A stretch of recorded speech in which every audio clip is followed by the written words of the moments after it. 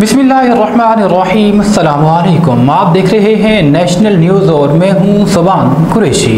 नारोवाल से नुमाइंदा मोहम्मद फारूक की रिपोर्ट के मुताबिक वो लोग कितने खुश नसीब हैं जो हज और उम्रा की सआदत हासिल करते हैं, खाना काबा और नबी करीम सल्लल्लाहु अलैहि वसल्लम के रोज़ा मुबारक पर हाज़िरी देते हैं, गिड़गिड़ा कर अपने लिए और दूसरों के लिए दुआएं मांगते हैं।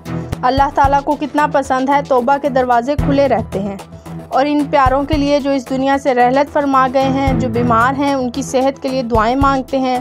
उन खुश नसीबों में आज नारोवाल से journalist and writers club Narowal के चेयरमैन शाहजहां भट्ट, मोहम्मद फ़ारूक करियाना, मरचटला बमा फैमिली, मोहम्मद रमज़ान करियाने वाले उम्रा की सआदत हासिल करने के लिए रवाना हो गए हैं।